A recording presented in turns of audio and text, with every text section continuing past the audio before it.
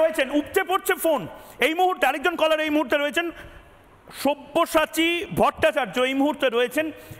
এই মুহূর্তে সব্যসাচী ভট্টাচার্য বাঁকুড়া থেকে রয়েছেন। সব্যসাচী বাবু, আপনার প্রশ্নটি বলুন প্লিজ।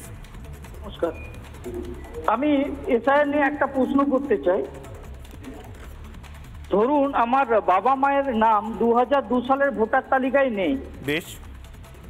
আমার জন্ম 2002 সালে। বেশ। কিন্তু তখন বয়স যেহেতু হয়নি, তাহলে আমার ভোটার কার্ড হয়নি। বেশ। 2002 এর অনেক পরে ভোটার কার্ড করিয়েছি। সেক্ষেত্রে 2002 এখন যদি এসআইআর হয়, তাহলে আমি কি করব বা কি কি জমা দেব? খুব সহজ।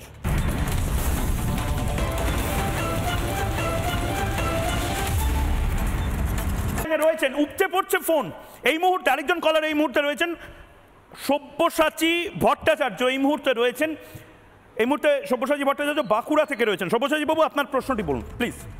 নমস্কার, আমি এসআইআর নিয়ে একটা প্রশ্ন করতে চাই। ধরুন আমার বাবা মায়ের নাম 2002 সালের ভোটার তালিকায় নেই। বেশ। আমার জন্ম 2002 সালে। বেশ।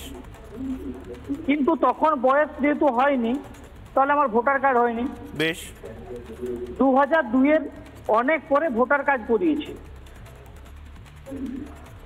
সেক্ষেত্রে 2002 এখন যদি এসআইআর হয়, তাহলে আমি কি করব বা কি কি জমা দেব?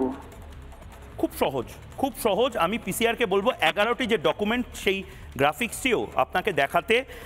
আপনার আধার কার্ড নিশ্চয়ই আছে, আধার কার্ড যদি না থাকে প্যান কার্ড আছে, প্যান কার্ড যদি না থাকে ড্রাইভিং লাইসেন্স আছে, ড্রাইভিং লাইসেন্স যদি না থাকে জমির দলিল আছে। আচ্ছা, জমির দলিলও বানে ভেসে গেছে, বাঁকুড়াতে আমি ধরে নিলাম ভয়ঙ্কর ভূমিকম্প এসছে, সরকারের দেওয়া কোনো পরিচয়পত্র আছে, আচ্ছা সেটাও যদি না থাকে, পোস্ট অফিসের কোনো ডকুমেন্ট আছে, আচ্ছা সেটাও যদি না থাকে, আপনার কাছে প্যান কার্ড আছে, আচ্ছা সেটাও যদি না থাকে, আপনার বাবার জমির দলিল আছে, আপনার বাবা মা এবং আপনার এই 11টার মধ্যে থেকে, অর্থাৎ 33টা ডকুমেন্ট আপনার ভারতীয় হিসাবে থাকার কথা, তার মধ্যে থেকে যে কোনো 3টে ডকুমেন্ট আপনার বাবার এবং আপনার মার আপনারা যদি সাবমিট করেন, আপনার নাম অটোমেটিক্যালি চলে আসবে। কেন ভয় বাঁকুড়ার বিষ্ণুপুরের মানুষদেরকে পাওয়ানো হচ্ছে? বরঞ্চ আপনারা এটা আইডেন্টিফাই করুন কতজন রোহিঙ্গা এখানে রয়েছে। সব্যসাচী বাবু এই মুহূর্তে ছিলেন আমাদের সাথে। আমি যেটা বলেছিলাম, 2 মিনিট হয়ে গেছে। রাকেশ দা রয়েছেন, বিমল দা রয়েছেন, ইন্দ্রজিৎ দা রয়েছেন। আমি এবার দেখাবো যে মিথ্যাচার কিভাবে মমতা বন্দ্যোপাধ্যায় করছেন। মমতা বন্দ্যোপাধ্যায় যত মিথ্যা কথা বলবেন, তার দল যত মিথ্যা কথা বলবে, ফেক নিউজ যত ছড়াবে, রিপাবলিক বাংলা তত ফ্যাক্ট চেক করবে, তত তথ্য যাচাই করবে। ফ্যাক্ট চেক করে আমরা সত্যিটা তুলে ধরবো। এই মুহূর্তে আমরা লাগাতার আমরা হরিয়ানাতে দেখিয়েছিলাম কি করে বাঙালি পেটাচ্ছে বলে আসলে একটা মিথ্যা কথা বলেছিল, কিছু মদ্যপ যুবককে লাঠিপেটা করছিল।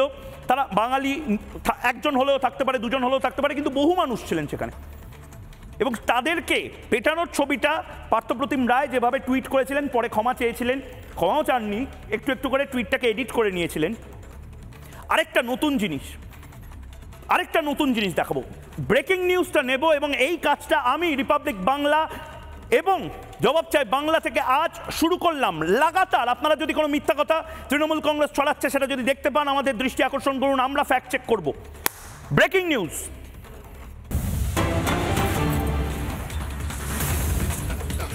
প্রবাসী বাঙালিদের নিয়ে তৃণমূলের ভয়ানক মিথ্যাচার, প্রবাসী এবং পরিযায়ী শ্রমিকদের নিয়ে রিপাবলিক বাংলার তথ্য যাচাইয়ে পর্দা ফাঁস। কি ভয়ঙ্কর মিথ্যা কথা, আগামী 1 মিনিটের মধ্যে দেখাবো। তৃণমূলের মিথ্যাচারের পর্দা ফাঁস রিপাবলিকে, কোথাও যাবেন না জবাব চাই বাংলাতে। এবার আমি দেখাবো কি করে মিথ্যাচার করেছিল। তৃণমূল দাবি করেছিল মহারাষ্ট্রে বাঙালি পরিচয়ের জন্য এক ব্যক্তি খুন হয়েছে, সে সংখ্যালঘু ব্যক্তি। আসলে খুন হয়েছে বিবাহ বহির্ভূত সম্পর্কের জেরে। এবং এটা কে বলছে? মুম্বাই পুলিশ কমিশনার লেভেলের অফিসার, তারা প্রেস কনফারেন্স করে জানিয়ে দিল। ভালো করে দেখুন যে টুইটটা, ইংরেজি একটা টুইট, সারা ভারতের মানুষকে মিথ্যা কথা বলানোর জন্য ইংরেজি একটা টুইট অল ইন্ডিয়া তৃণমূল কংগ্রেসের তরফ থেকে করা হয়। তার মধ্যে যে ভয়ঙ্কর ভাষায় লেখা, এথনিক ক্লিনজিং, অর্থাৎ বাঙালি বলে মেরে দাও। দেখুন ভালো করে, তৃণমূলের মিথ্যাচার, বিজেপির বাঙালি বিদ্বেষ আরো ভয়াবহ, এথনিক পার্ট ইত্যাদি ইত্যাদি লেখা হয়।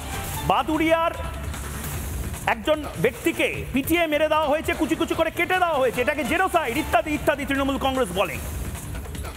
রিপাবলিক বাংলা ফ্যাক্ট চেক করে দেখলো এটা fake news. All India Trinamool Congress fake news ছড়াচ্ছে। এথনিক পার্জ এটি নয়, এটি ফেক নিউজ, এবং ফেক নিউজের স্ট্যাম্প এই মুহূর্তে এই ছবিতে। Fake news, fake news, fake news. আবারও বলছি, অন্য কোনো মিডিয়া এই ছবি, এই খবর তার ফ্যাক্ট চেক করছে না। তৃণমূলের মিথ্যাচার, এটা ফেক নিউজ।